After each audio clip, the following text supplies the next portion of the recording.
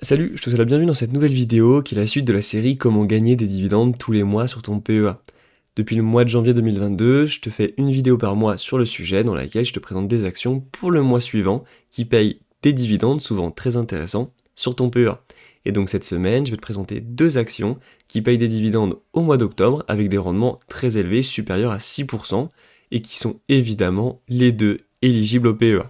En plus de ces deux actions, je te présenterai d'autres actions en fin de vidéo qui payent aussi des gros dividendes, et je le fais parce que les marchés ont beaucoup baissé en ce moment, donc il y a des entreprises qui ont des rendements en dividendes qui sont juste exceptionnels.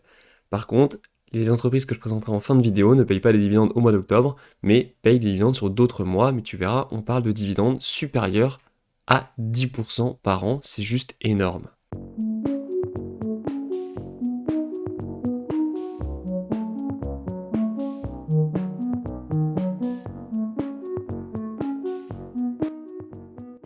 Si on fait un tour sur le calendrier des dividendes, on a fait le mois de janvier jusqu'au mois de septembre. Et cette semaine, comme je dis, on va se focaliser sur le mois d'octobre, donc le mois d'Halloween. Si tu veux voir les vidéos précédentes, je te mets quelques liens en description. N'hésite pas à aller les voir, à t'abonner à la chaîne pour ne pas rater les prochaines vidéos et mettre un petit pouce bleu, ça me fait extrêmement plaisir. Allez, let's go, c'est parti, on commence avec la première action. La première action de cette semaine, c'est Core Service Management, une entreprise suédoise. Si tu la connais pas, pas de panique, je t'expliquerai ce qu'elle fait concrètement juste après. Dans un premier temps, on va se focaliser sur les dividendes. La date de détachement, c'est le 6 octobre. C'est-à-dire qu'il faut détenir l'action Core Service Management avant le 6 octobre si tu veux pouvoir toucher les dividendes. La date de paiement, c'est 6 jours plus tard, le 12 octobre. C'est le jour durant lequel tu vas toucher les dividendes directement sur ton PEA. Ce qu'il faut savoir, c'est qu'il y a déjà une date de paiement, le 2 février. Donc en fait, tu ne toucheras pas tous les dividendes de Core Service Management si tu investis maintenant dans l'entreprise. Au niveau des chiffres, c'est plutôt pas mal. 4,8 euros par action payé en deux fois. Donc 2,4 euros payés en février et 2,4 euros payés en octobre. Ça fait un rendement annuel de 6,4%. C'est plutôt sympathique pour un rendement en dividende qui est en plus quasiment sûr, puisque le ratio de distribution est de 78%, c'est-à-dire que Core Service Management utilise 78% de ses bénéfices pour les reverser sous forme de dividendes à ses actionnaires. C'est pas si élevé que ça pour une entreprise qui paye des gros dividendes comme Core Service Management. Core Service Management, c'est quoi? C'est une société de conseil et de services qui va, justement, comme son nom l'indique, donner des conseils ou fournir des services à des entreprises pour les aider à se développer. Ils sont dans le domaine des propriétés, donc tout ce qui va être immeuble, dans le domaine du ménage, dans le domaine des boissons et de l'alimentation, dans le domaine des conférences, des bureaux, de la sécurité et tout ce qui va être entretien des rues et tout ce qui se passe en extérieur. Le business du conseil et du service se développe de plus en plus parce qu'on a plein d'entreprises qui trouvent ça beaucoup plus rentable de sous-traiter certaines tâches à justement ces boîtes de services et de conseil que de les faire eux-mêmes en interne. Et c'est ce qu'on voit par exemple ici avec le chiffre d'affaires de Core Service Management qui ne cesse de grimper depuis 2012. En 2012, on était à 5,5 milliards de SEK, c'est la monnaie suédoise, pour monter en 2018 à 9,5 milliards et atteindre un pic en 2019 à 10,3 milliards. Et aujourd'hui, en 2021, enfin en tout cas l'année dernière, Core Service Management a gagné 10,1 milliards de SEK. Si on fait une petite mesure, sur 10 ans, entre 2012 et 2021, le chiffre d'affaires de Core Service Management est monté de 84%. Donc on voit que la société est vraiment en croissance, et ça évidemment c'est très intéressant. Analysons davantage l'entreprise en commençant par la répartition du chiffre d'affaires par zone géographique. J'ai ici la répartition pour le premier semestre 2022 pour l'entreprise Core Service Management. Ce qu'il faut savoir déjà, c'est que Core Service Management est positionné dans 4 pays. La Suède, la Norvège, le Danemark et la Finlande. Ces 4 pays qui sont des pays nordiques de l'Europe, qui ont des cultures qui sont assez similaires, enfin en tout cas qui se rapprochent les uns des autres. Et ça c'est très intéressant, puisque avant de se développer vraiment dans des pays qui sont géographiquement et culturellement très éloignés, c'est intéressant d'avoir déjà un noyau dur et être très présent sur son marché. C'est ce qu'est en train de faire Core Service Management.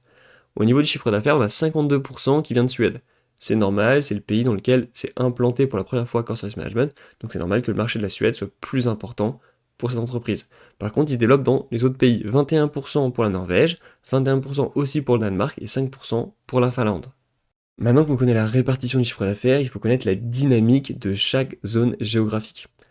En Suède, Core Service Management a augmenté ses ventes de 32% entre 2021 et 2022, si on parle uniquement du premier trimestre. C'est juste énorme, surtout qu'en plus, 52% du chiffre d'affaires vient de Suède, si ça augmente de 32%, c'est un gain qui est juste énorme. Pour la Norvège, c'est un petit peu moins bien, on est en perte, on est à 1,7% de ventes en moins entre le premier trimestre 2021 et le premier trimestre 2022. Si on prend ensuite le Danemark, là c'est énorme aussi, plus 32% de ventes entre 2021 et 2022 si on prend uniquement le premier trimestre. Donc ça compense largement les pertes qui ont été introduites en Norvège. Et en Finlande, bon ça représente uniquement 5% du chiffre d'affaires, mais on a quand même 1,3% de ventes en moins entre le premier trimestre 2021 et le premier trimestre 2022. Mais si on prend dans l'ensemble, on voit vraiment que Core Service Management est en train de se développer et les marchés sur lesquels il est positionné, en tout cas la Suède et le Danemark, sont des marchés qui sont très dynamiques et dans le bon sens. Maintenant qu'on sait que Core Service Management est positionné sur un secteur, en tout cas une zone géographique qui est plutôt dynamique pour le service et le conseil, il faut regarder évidemment l'évolution des dividendes, c'est je pense ce qui t'intéresse le plus. Donc j'ai ici l'évolution des dividendes depuis 2018 donc jusqu'à 2022 pour Core Service Management, et première chose qu'on voit déjà c'est que Core Service Management peut couper ses dividendes en cas de problème. 2020, pandémie mondiale, Core Service Management a coupé ses dividendes, c'est tombé à zéro. Bon, ça c'est un risque à prendre, évidemment, ça peut être compliqué si on vit des dividendes et qu'une entreprise n'en paye pas une année, on risque d'avoir un trou dans le budget, donc pour devenir rentier, c'est vraiment un risque à avoir en tête pour cette entreprise. Sinon, si on fait abstraction de 2020, la tendance est plutôt bonne. On était à 4 sec 2018-2019, on est monté à 4,4 en 2021, et en 2022 c'est encore monté à 4,8, et je pense que ça va continuer à monter, puisque Core Service Management a une politique d'augmentation des dividendes qui semble assez claire. Donc on devrait monter à 4,9, voire même les 5 secs dans les prochaines années pour cette entreprise. Petit warning sur cette entreprise, c'est que c'est une entreprise suédoise, donc même si tu investis sur ton PEA, tu auras des taxes de prélèvement à la source. En fait, tu vas payer des impôts en Suède, tout simplement. Si tu veux plus d'informations, je te mets un lien dans la description ou via la petite fiche qui s'affiche en haut à droite, j'ai fait une vidéo dans laquelle je t'explique l'imposition sur ton PEA, même quand tu investis dans des entreprises qui sont étrangères. Au niveau du prix, là j'ai un graphique en format hebdomadaire, donc chaque bougie représente une semaine de cotation. Au niveau de l'évolution du prix, c'est pas trop mal, on voit que la tendance était plutôt haussière, on a eu une énorme chute en 2020, le Covid, et depuis on est repassé en tendance qui est plutôt haussière sur le prix, et là on est en train de tester la moyenne mobile des 200 semaines, donc c'est la moyenne mobile qui est en rouge ici. Donc ça peut être un point d'entrée qui peut être intéressant si l'entreprise Core Service Management te plaît.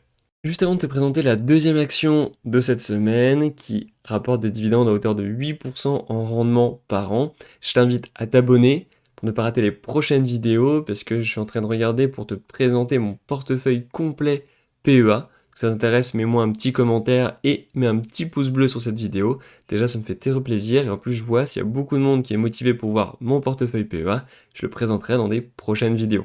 Allez, let's go, on passe à la deuxième action. La deuxième action de cette semaine, c'est LDLC, une entreprise française que tu connais sûrement. Si tu regardes les dividendes, la date de détachement, c'est le 5 octobre. C'est-à-dire qu'il faut détenir l'action LDLC avant le 5 octobre si tu veux pouvoir toucher les dividendes. La date de paiement, c'est 2 jours plus tard, le 7 octobre, c'est le jour durant lequel tu vas toucher les dividendes directement sur ton PEA. Ce qu'il faut savoir, c'est qu'il y a déjà eu un jour de paiement pour LDLC, c'était le 25 février. Si tu investis maintenant, tu n'auras donc pas 100% de dividendes, mais uniquement une partie des dividendes de l'année 2022. Et justement, au niveau des chiffres, c'est 2 euros par action pour l'année 2022, payé donc en 2 fois, ce que c'est pas 2 fois équivalente. En février, LDLC a payé 0,8 euros par action, et donc en octobre, elle paiera 1,2 euros par action. Donc si tu investis maintenant sur LDLC, tu toucheras plus de 50% des dividendes de l'année 2022. Au niveau des rendements, c'est juste énorme, on est à 8% par an. Si tu veux investir en bourse pour devenir rentier grâce aux dividendes, je pense que LDLC est une action à regarder. Et en plus, le ratio de distribution est très faible, uniquement de 31%. C'est-à-dire que LDLC utilise uniquement 31% de ses bénéfices pour les reverser sous forme de dividendes. On voit donc qu'ils peuvent facilement augmenter leurs dividendes sur le long terme s'ils le souhaitent. Si tu souhaites plus d'informations sur l'action LDLC, j'ai déjà fait une vidéo dans laquelle j'analyse complètement l'entreprise. Je te mets le lien en description ou via la petite fiche qui s'affiche en haut à droite. N'hésite vraiment pas à aller la voir si tu veux plus d'informations sur LDLC. Dans cette vidéo, je vais juste te présenter un graphique, c'est celui-ci, l'évolution du chiffre d'affaires du e-commerce en France en milliards d'euros. On voit que la tendance est clairement haussière et c'est assez logique. En 2011, le marché en France du e-commerce valait 36,5 milliards d'euros. En 2016, on est passé à 71,5 milliards d'euros pour péter les 100 milliards en 2019 et avec un pic en 2021 à 129,1 milliards d'euros pour le e-commerce. Et je pense que la tendance va continuer à monter. On a eu un petit coup de boost du Covid avec les confinements successifs en France, donc les gens ne pouvaient pas acheter dans les magasins, donc acheter plus en ligne, et c'est quelque chose qui, je pense, va perdurer dans le temps, et ça c'est très bon évidemment pour LDLC. Si on fait une petite mesure, entre 2011 et 2021, donc sur 10 ans, l'augmentation du chiffre d'affaires du e-commerce en France est montée de 254%. C'est juste énorme, et je pense que ça va continuer à monter, donc tous les acteurs vont évidemment faire de plus en plus d'argent. Petit warning quand même sur l'action LDLC, j'ai ici le graphique en format hebdomadaire, donc chaque bougie représente une semaine de cotation. On voit que depuis le 19 juillet 2021, la tendance est plutôt baissière sur l'action.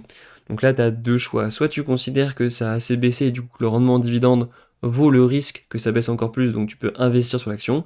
Soit tu penses que ça va continuer à baisser et donc l'idéal serait plutôt d'attendre et voir si ça se retourne un jour ou l'autre, quitte à rater l'opportunité d'avoir un rendement aussi élevé en dividende, parce que si ça se reprend tout de suite, évidemment, les rendements seront plus faibles. Ça, c'est à toi de voir. N'hésite pas à mettre en commentaire ce que tu en penses, si tu penses que c'est le bon moment d'investir sur le LDLC, ou si tu préfères attendre, ou même si l'action ne paraît pas intéressante, et m'expliquer pourquoi.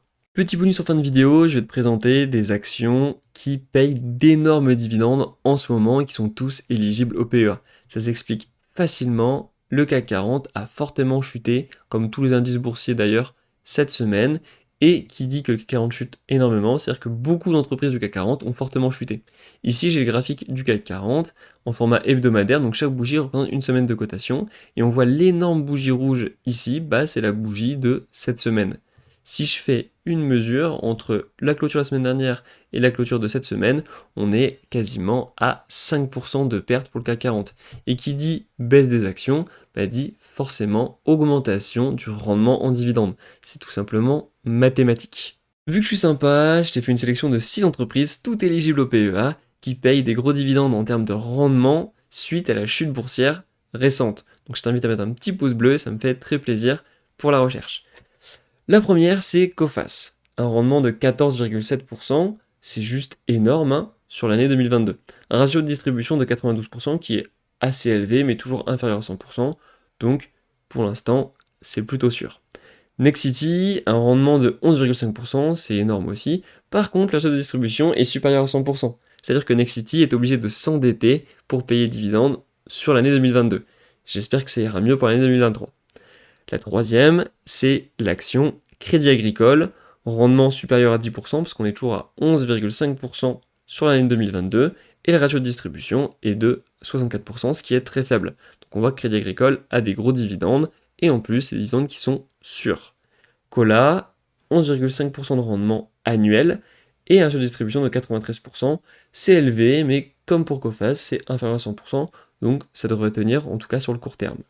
BNP Paribas, rendement de 11% et ratio de distribution qui est plus faible à 73%. Donc là c'est pareil, on a des gros dividendes qui sont en plus sûrs. Et la dernière, Publicis Group, rendement de 9,5%, donc on est quasiment à 10%. Et le ratio de distribution par contre est très faible, uniquement à 53%. Donc on voit que les dividendes sont très faibles et en plus vont potentiellement pouvoir être augmentés sur le long terme. Donc on voit qu'il y a des actions qui sont quand même très intéressantes. On parle quand même de dividendes qui sont pour Coface supérieur à 14%, et la plupart de ces actions que j'ai présentées ont des dividendes qui sont supérieurs à 10%, sauf Publicis Group, qui est uniquement à 9,5%.